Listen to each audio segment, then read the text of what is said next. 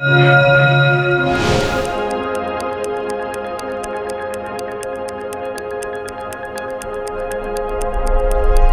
hi Ellie, hi Camille, Hello. hi Mitra. Should I bring Ian on the stage as well for the beginning?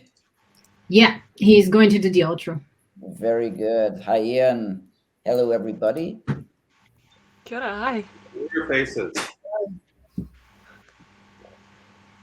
Very good. So we have UX Wellington here as the first group. It's mentioned traditionally that we start where it's the earliest and from New Zealand. How's the year been so far, team? Interesting.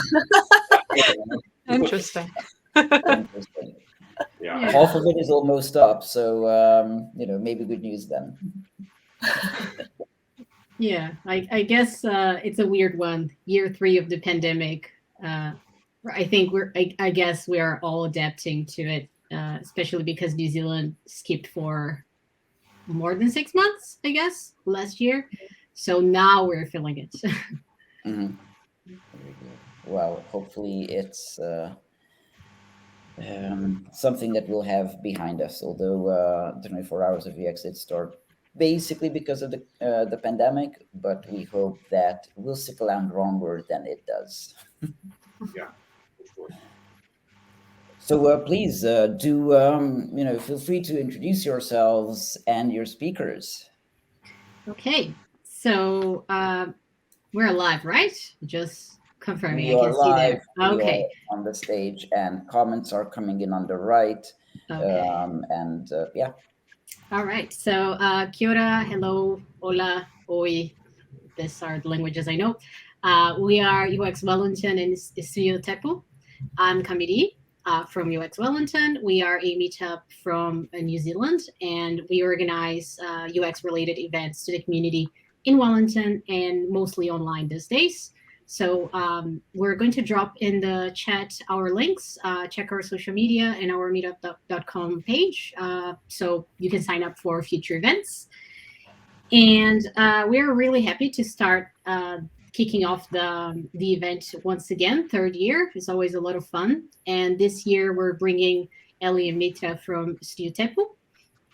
And just before I start, just some quick housekeeping. So during the talk, we're going to be collecting questions. So please feel free to drop your questions in the Q&A section of the chat. We're going to be collecting them, and we're going to address a couple of them at the end if we have time. Otherwise, we can also move to a session right after.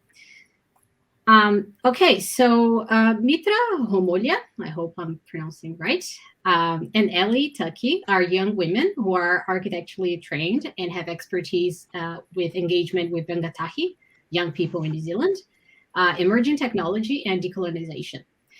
Ellie was born and bred in Poneke, Wellington, with family roots in Tairafiti, Gisborne. Mitra grew up in Serbia, and moved to Aotearoa, New Zealand with her family. And now she's also based in Poneke, Wellington. Their presentation are going to explore how VR, PC games, and other tools can empower communities to be decision makers in urban and architectural design processes in Aotearoa, New Zealand. So now over to you, Ellie and Mitra. Thanks, Cami. Thanks for that intro. I'm going to share screen, hopefully. Oh. Yeah. How would it go?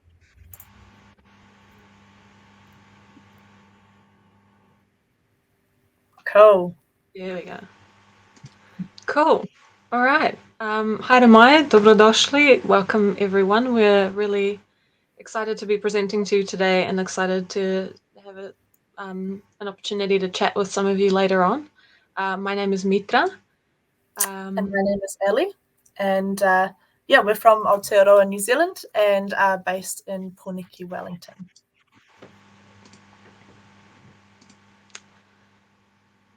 So the core message of what we're sort of talking about today, as you can see on the screen, is more than visualization, VR and game tools as community empowerment. We'll talk a little bit about how we use tools in our practice to empower communities to meaningfully engage in design and to feel empowered in conversations, particularly to do with spatial design. So Mitra and I come from an architectural background. We're trained in architecture, and we sort of believe that an essential part of the architect's expertise is, of course, communicating with people.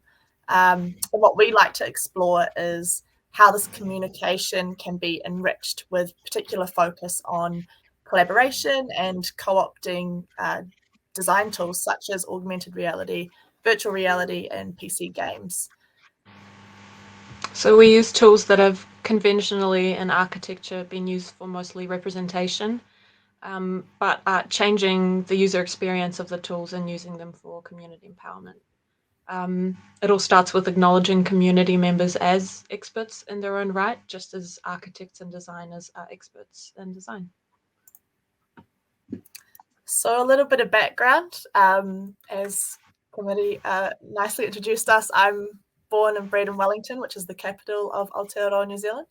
And through my architectural training, I was interested and still interested in how designers can empower people to be part of design processes, so that people are designing the spaces and the buildings that they will be using. I grew up in Serbia and moved to Te Awakairangi in the Wellington region when I was about 9.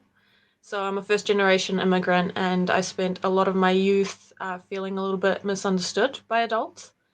So when I had the opportunity to explore some of these things through my architectural research, I wanted to explore how youth worldviews can be empowered in the design process, particularly in a super diverse place like Aotearoa. Mitra and we met at architecture school through some collaborative projects, and we really sort of bonded over a mutual passion for making architecture for people. And I guess how that's impacted by the cultural nuances in Aotearoa.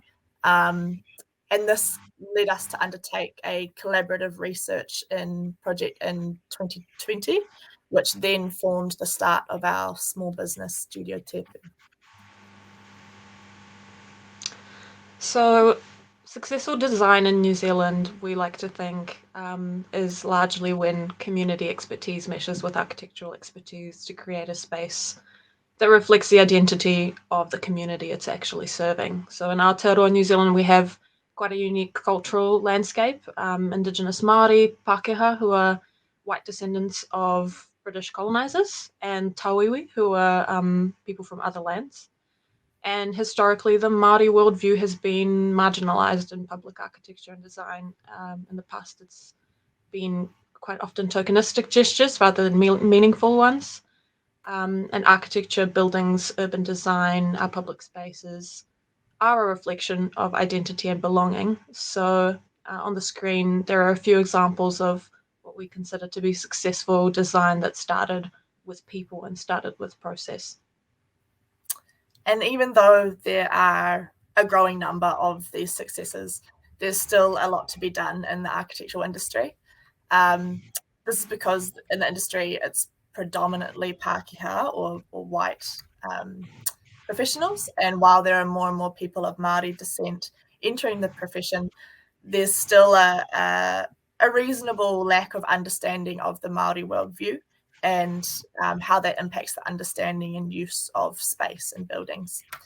So this is where we think that architects and designers have a real sort of obligation to actively include people in the design process and in a meaningful way, to ensure that their values and worldviews are embedded into our buildings and our public spaces.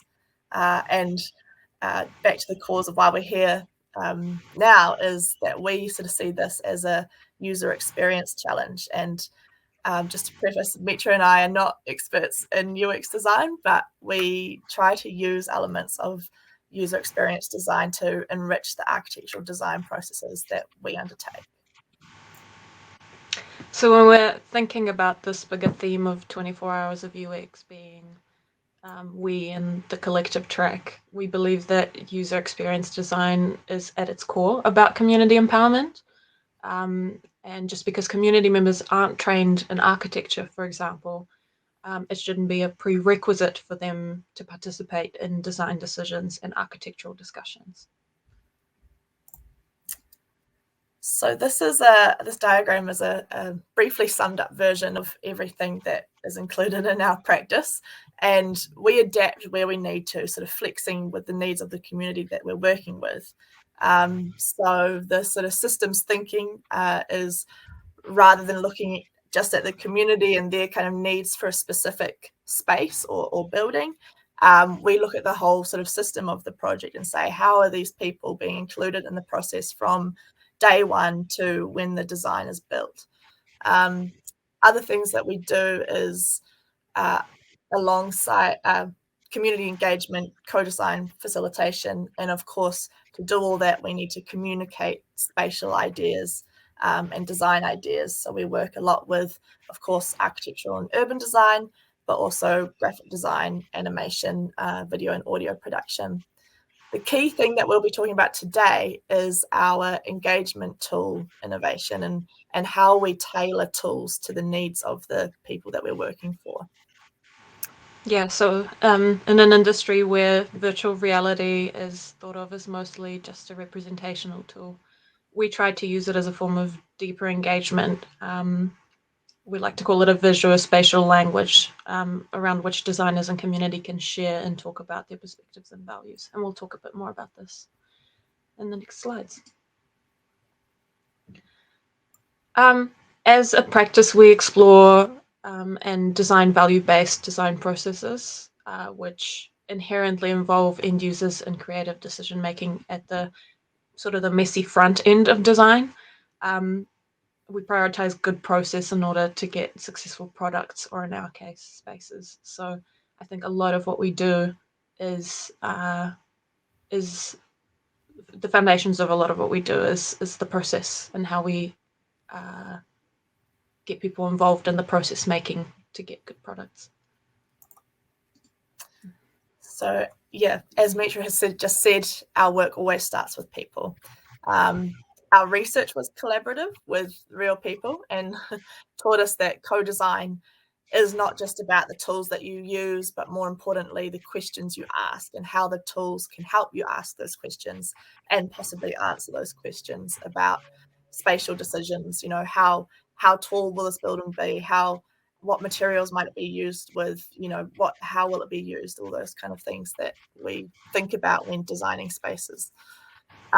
So to do that, we have used computer games, virtual reality, and augmented reality as a means to bridge the gap between 2D lines on paper and 3D spatial concepts to prompt this meaningful conversation with communities that will be using these spaces.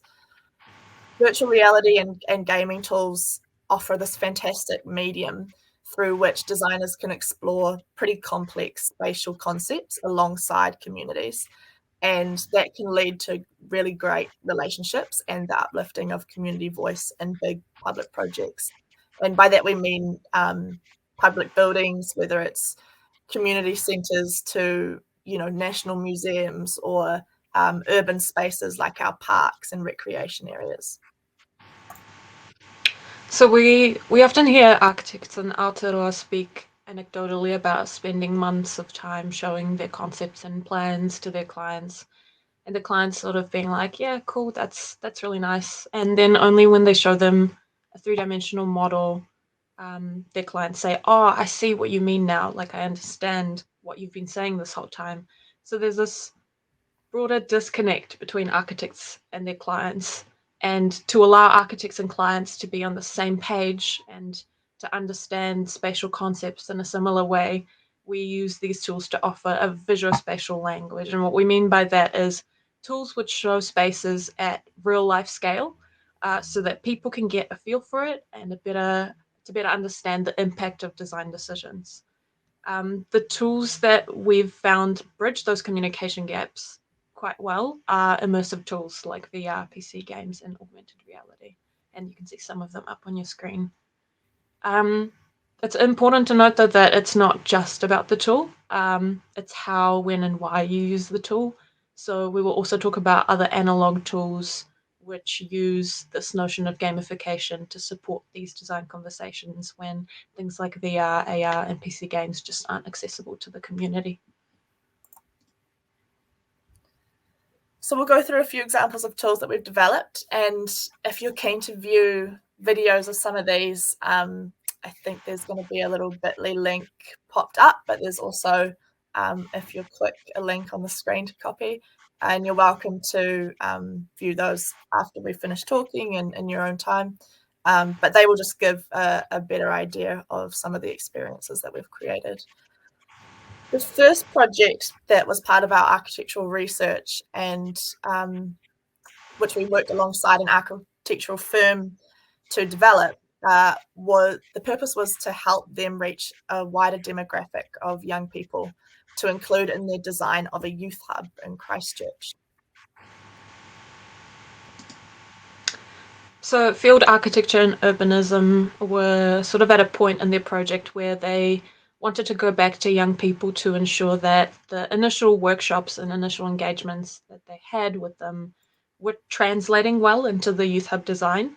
So we designed a game that offers design choices to choose from between ceiling, window, wall, and floor, and they're all actual viable options that could be used in the final design. So the cool thing that I think is cool about this game is that once you design this space, you get to choose to send an automated screenshot to the architects via an online survey. And so these responses that the architects then receive, along with some written responses, create a database for architects to then look through and make design decisions based off of what they see. And I guess this game, earlier on in our research, showed us that user experience design, particularly with young people, is incredibly important to getting meaningful responses and discussions about the architectural concepts that are being created.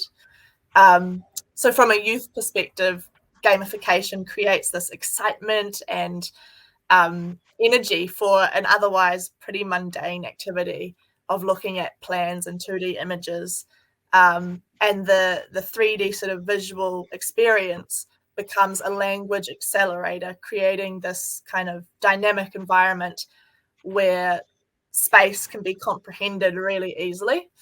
And it, like we keep talking about it, but it sort of gets rid of that prerequisite of being able to mentally translate 2D lines and 2D images into 3D spaces. It also allows us to see trends and contrasts. So there were very direct bits of feedback which very clearly exposed the architects' biases in their design. So for example, the architects expected young people to prefer the bright and vibrant colours and patterns, which you can see in the top right-hand photo. And however, many of the young people that we talked to while they were also playing this game and interacting with it spoke directly about preferring the muted tones and the muted colours because they valued how it felt a lot more calming when they were in the game experience. So a game like this has the ability to have a far greater reach and accessibility to a variety of youth groups across the city in Christchurch in New Zealand, versus the limited capability of architects to visit groups in person. And it also accounts for people who cannot physically be there to give input, which has become increasingly important given COVID and while we're all here on a digital platform. And also accounts for young people who are slightly more introverted and may not want to verbally share their thoughts. So the second example was also with Field Architecture and Urbanism, the architecture firm, but for an international project which was based in Kiribati. So with this project, the big sort of user experience challenge was how to collaborate across, digitally, and also how to collaborate cross-culturally in the midst of a global pandemic. the Youth Learning Centre is based in Kiribati. So despite COVID restrictions being lifted, physical workshops were not an option for the architects. And young people were already heavily involved in the initial stages of the project. And the architects still wanted to get direct feedback from them, particularly in regards to the cultural adequacy of the building. So we designed a game which prompted youth to explore and sort of report to a person how they felt about the space based on certain prompts within the game. As an architect, like let's say that you want to check back with your end user that your designs achieve what you think that they're going to achieve, particularly if there are language barriers or cultural nuances.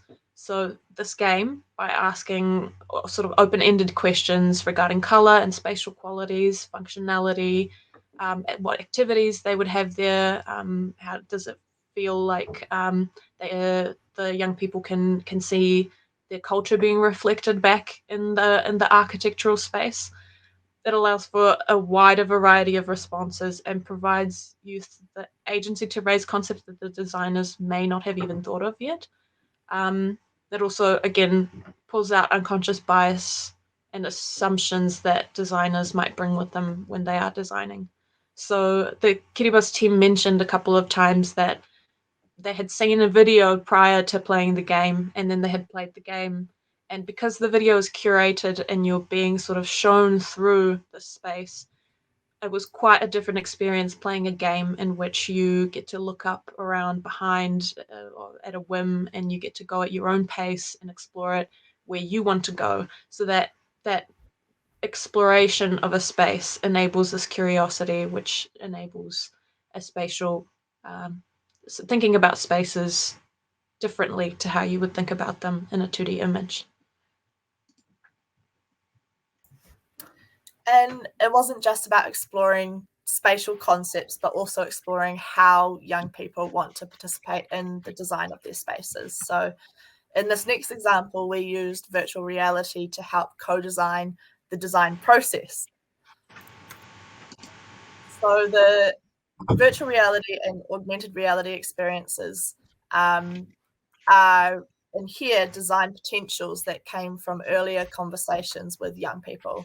And we really wanted to explore their ideas in real life scale so that we could easily talk about the impact of design decisions as the architectural designers. So if you're unfamiliar with it, augmented reality augments your surroundings by adding digital elements to what you can see around you. So like Pokemon Go, those kind of apps. Virtual reality or VR is a completely immersive experience that replaces a real life environment with a simulated one. So you can see some images of the VR experience on the right-hand side of the screen.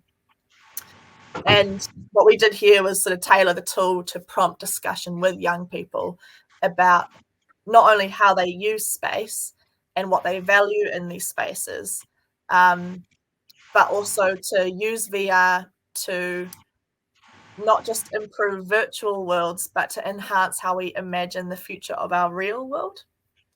And I guess through the design or tailoring of a tool like virtual reality, designers can empower communities to be a far more important and integral part of design processes.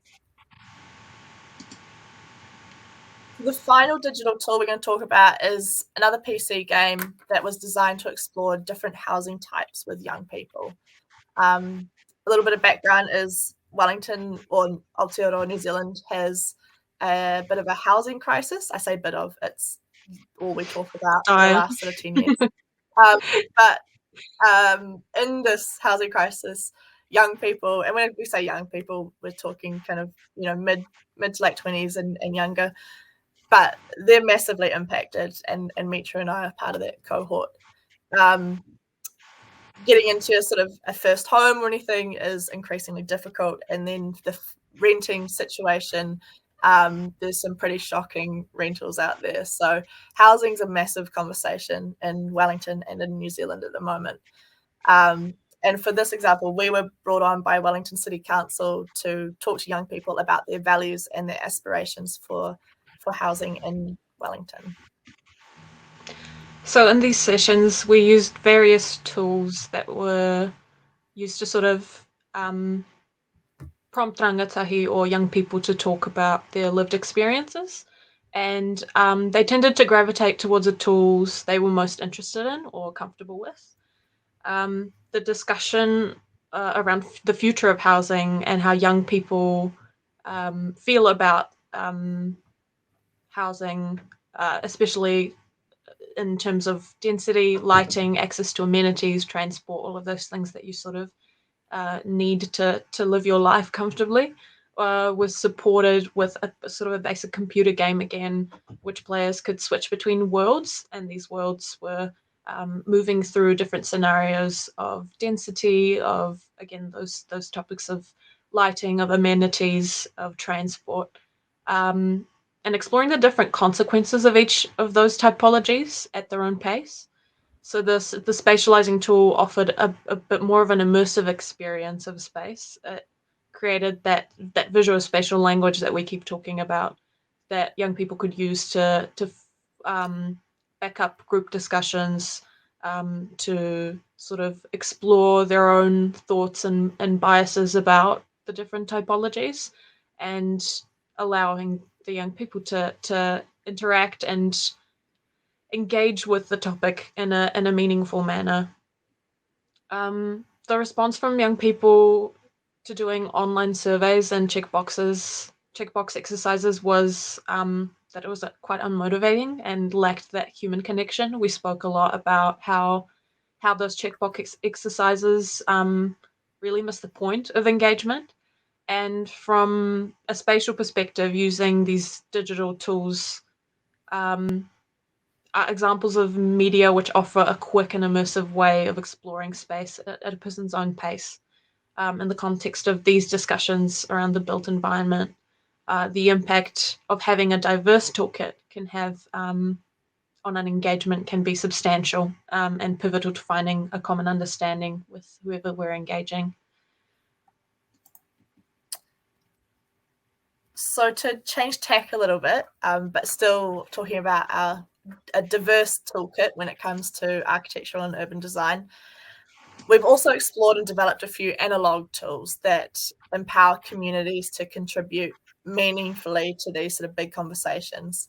And again, through gamification, we tried to make the topic of decolonisation in Aotearoa, New Zealand, more accessible and more collaborative. And that's really important at the moment because it's a topic that some people find really confronting, and it's the conversation can easily turn defensive rather than exploratory. So this board game, which was developed in collaboration with the Imagining Decolonised Cities team based in New Zealand, encourages players to work collaboratively to answer questions which unpacked the effects of colonisation in Aotearoa, New Zealand today, and eventually allowing them to pave a pathway towards the mountain and complete the game. Also in collaboration with Imagining Decolonised Cities team was an Aotearoa urban planning toolkit. It was specifically designed for the Aotearoa New Zealand context, and it includes native plants and significant sites, mātauranga or knowledge, and other things that New Zealanders sort of hold dear. I think our big UX reflection for this is acknowledging that a digital solution is not always the right approach, nor is it always accessible to some communities. And this is, I think, where that sort of diversity in the toolkit that you bring with you comes along. In some cases, having analog tools can be that visuospatial language instead of digital tools, which might not be available for use in certain situations. So the user experience to us is not just the tool, it's the service we provide and it's how the tools are used. So there's an author in New Zealand, Atawai Tibble, who says it's about the 1,000 cups of tea that you have with people. The kai and the kōrero, so the food and the conversation, and spending time. So time to build relationships, to bring people into the conversation about how our city evolves and how houses will evolve and what we'll be living in the future. And in this photo, you can see the tools that we create would mean little if people didn't find them engaging. So a big part of our role is creating the atmosphere for collaboration to be attractive for people to come and find out what we're doing and what we're talking about and be part of that conversation. Yeah. As Ellie said, a lot of what we do is figuring out how to make people feel comfortable enough to even approach design, let alone share their knowledge and their expertise and lived experience with us. So again, it's not just the tool, it's how you use the tool, how accessible it is, and how it prompts the right conversations with the right people. We'll finish up with a sort of, I guess, a reflection on user experience from our architectural background. Community agency in architecture is abundant, but it can be dormant until activated in the right way by the right scenario and with the right inclusive methods and tools. To us, the future of user experience design and architectural design is about using accessible tools and adapting them to suit the people that the designers or architects are working with, to ensure that they have a real meaningful role in the design process that will eventually lead to a product or, in our case, a space that people will use and live in. So key thing is malleability and flexibility, particularly in the COVID era, and developing the architectural industry's social responsibility, meaning that giving time to building relationships that are slower, gentler, and messier, and crucially support that cross-cultural understanding. So we've raced through our presentation, must have been the nerves, but thank you so much for having us, and we look forward to answering any questions.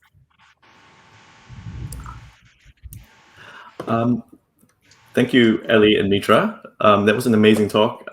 Kia ora, everyone. My name is Ian, and I'm one of the organizers from UX Wellington here today, alongside Kamiri, who introduced the talk, and Karen, who's busy monitoring the chat session. So a big thanks to our speakers, and big thanks to all our organizers and everyone working behind the scenes. So I will be helping to facilitate the Q&A, and what we'll try to do is, while everyone is kind of dropping things into the Q&A and chat, I'll just make a few announcements. So this is a really great time to check out the mural board that Ellie and Mitra have kindly shared with us. That's the link should pop up somewhere down below. The other thing is, I'd like for you to kindly invite you all to check out UX Wellington. We're on all the social medias, LinkedIn, Slack, Twitter, and Meetup. And we'd love for you to join us. A lot of our sessions are remote these days, so all the links will appear somewhere in one of the places. And lastly, I'd like to just say, we really love to collaborate with you wherever you are. I think, echoing what our speakers have just said, New Zealand is a really interesting place. Being an island in the Pacific Ocean, surrounded by Asia with a mix of indigenous and European culture, I think it's a meeting place for a lot of different cultures and identities and ideas. And just like New Zealand, at UX Wellington, we want to also be a meeting place for not just stories from New Zealand, but UX experiences across the world, so that we can learn from you and also share what it is to be a UX practitioner in New Zealand, and hopefully together celebrate what it means to be a UXer, whatever shape that takes. So whether you're watching overseas or here in Aotearoa, New Zealand, definitely do get in touch. We'd love to hear from you. So now, with all that out of the way, we'll take a breather and jump into some questions. I have a few to get us started. So Ellie and Mitra, I think one of the things that was really interesting, obviously, is that you're using VR as part of your design process. And while some of us might be very familiar with it, I can imagine for a lot of other people, it might also feel a little bit like science fiction. And so I'm really curious what your process and experience has been, both explaining these technologies and kind of engaging people with them. Has it been quite a hard thing to kind of pitch to people? And how do your clients and, I guess, communities that you work with react when you introduce these technologies to them? That's a great question.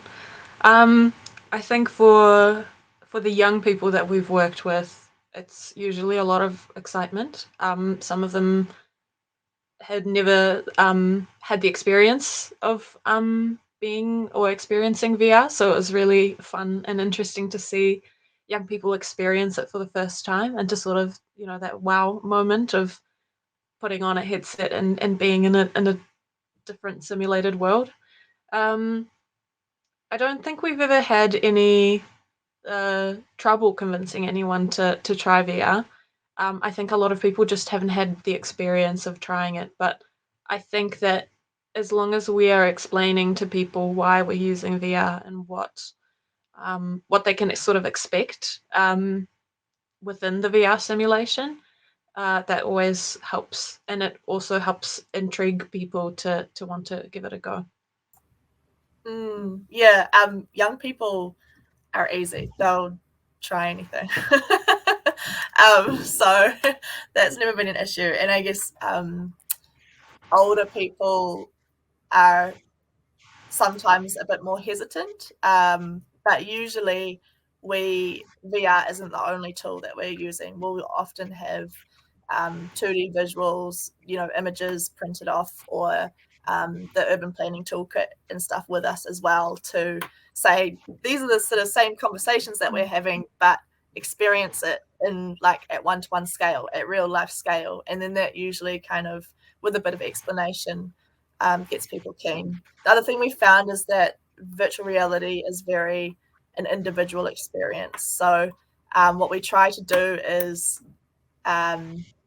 connect what the person in VR is seeing to a big screen, so that everyone else can see what they're seeing as they're experiencing it, to try and get that kind of collaborative, collective experience going in what is otherwise quite an individual experience.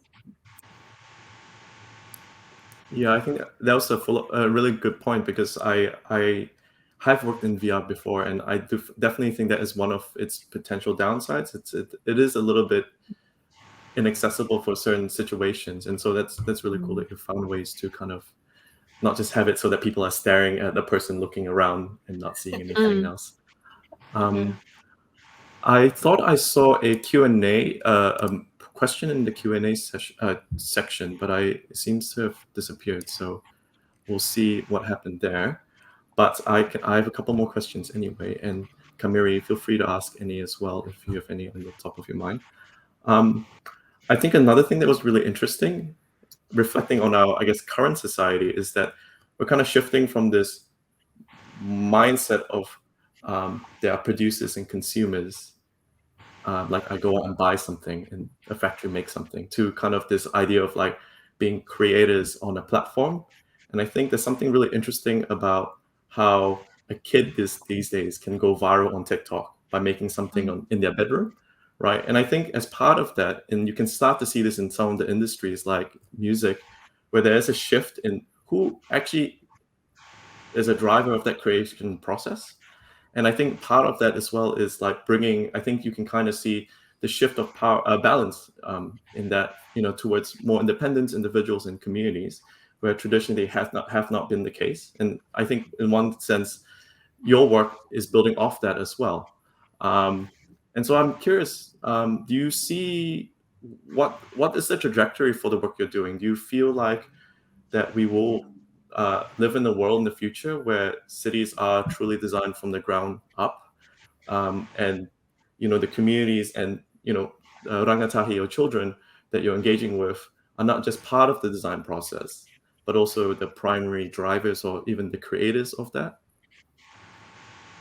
Yeah, I mean, that's our dream. And I think it's been many people's and many movements' dreams before us, to be a little bit cynical.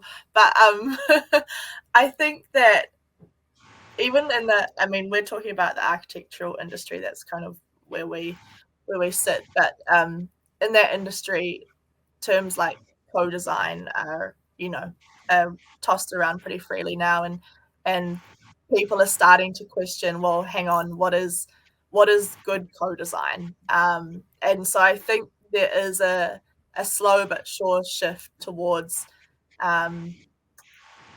meaningful co-design and saying, particularly with architecture and designing public spaces that essentially reflect people's identities. And as we touched on before, in Aotearoa, New Zealand, we have our Indigenous Māori identity, which needs to be celebrated a lot more and supported. So I think we see in architectural firms and in design agencies across New Zealand much more consideration for inclusive design, particularly with Māori worldviews and Māori values.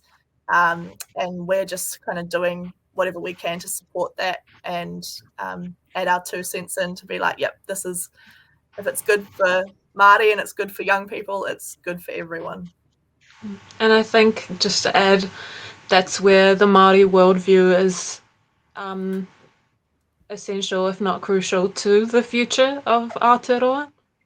A lot of the sort of architectural world and the urban world is thinking about things in the relatively short term.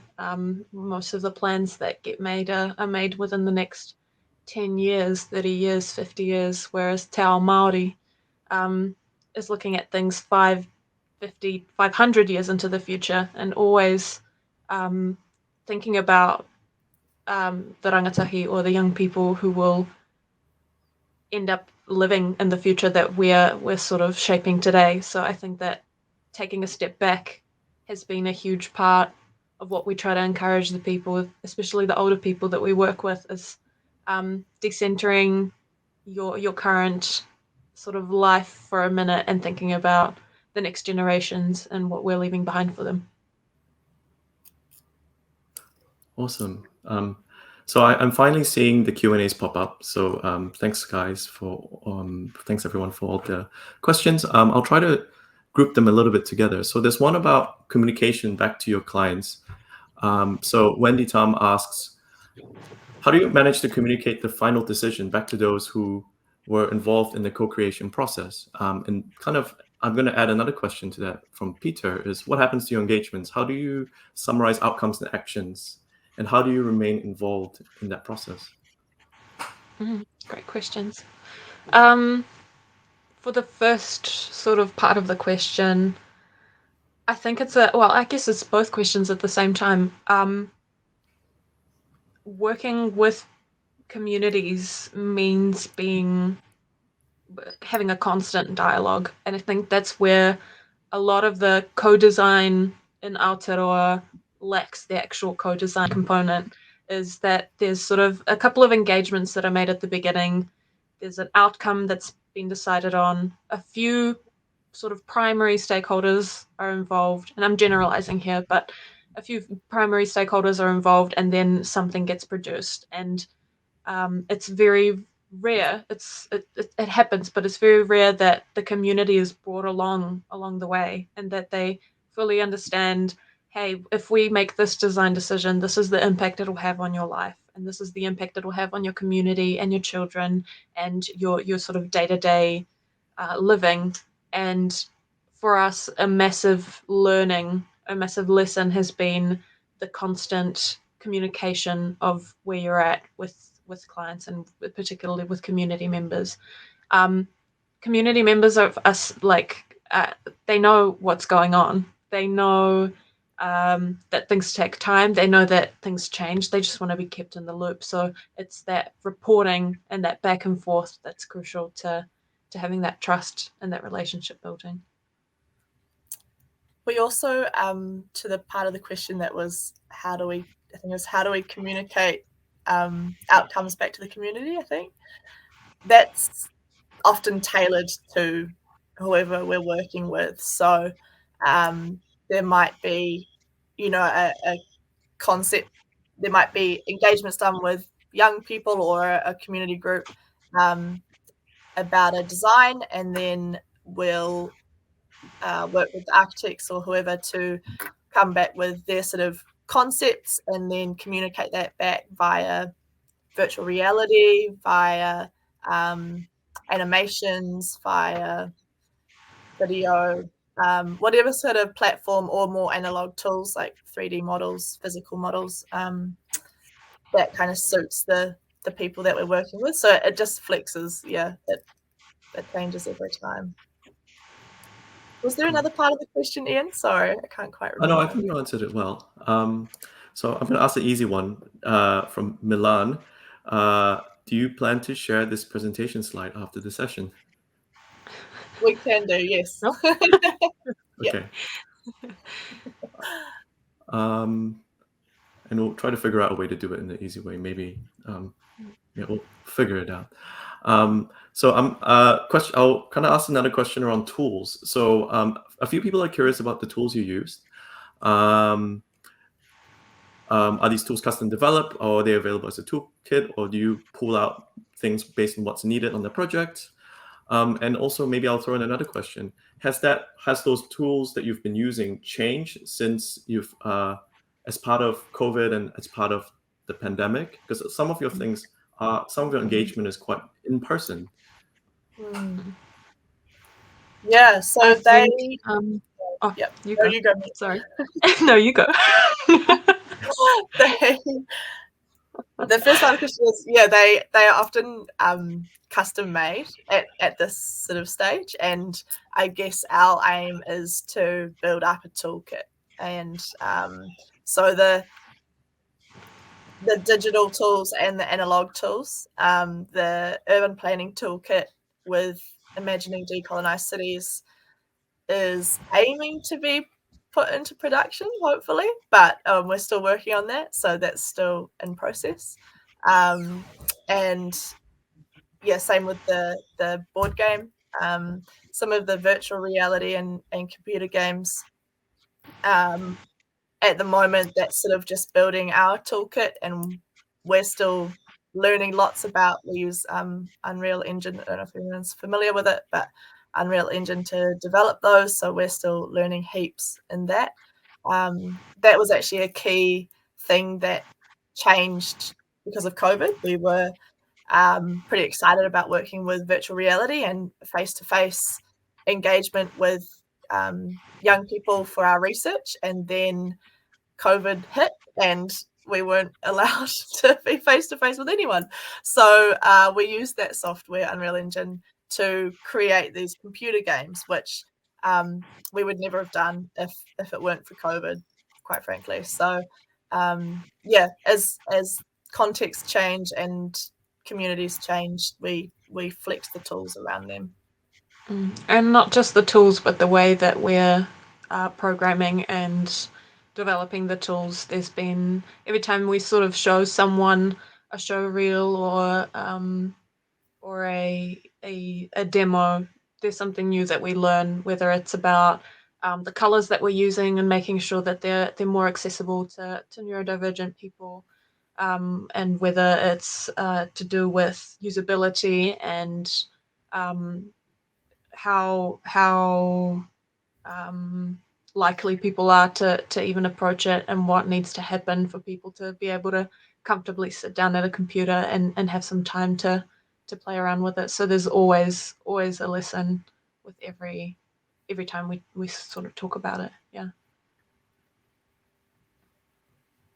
Awesome. And I just want to quickly acknowledge Michael's comment that maybe a good idea is to just put a link to the slide deck in the mural board.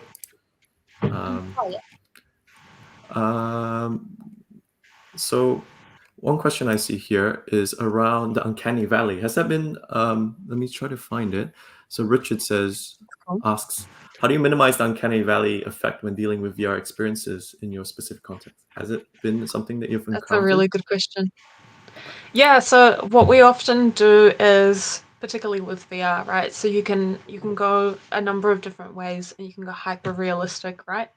A lot of what we're doing is showing the potentials of spaces, and so the VR experiences are usually quite abstract, and they're there is a visual prompt for you to have a robust conversation with someone. So we never really leave anyone to just explore a VR simulation for a long period of time. It's usually to prompt conversation. There'll always be someone asking questions on the side and sort of gaining knowledge about how people are experiencing it. But yeah, to answer your question, a very interesting question about Uncanny Valley. I know that it has quite an interesting impact on people when they're experiencing a space that kind of feels real but is not. So I think that we continue to develop that, but for that reason, I think we keep things quite abstract and reiterate before people put headsets on that that this is an abstract environment, and that even though there might be bits of it that resemble parts of a city or a specific context, that they are meant to be abstract and that there's a purpose to that. I hope that answers the question. Sweet, thank you. I think we'll have a few more questions, and then we'll probably leave some time for the organizers to move on to the next section. So I think one of the more voter questions is about co-design. So what does co-design mean to you? That's a big question. Sorry, that was me. What does co-design mean to us?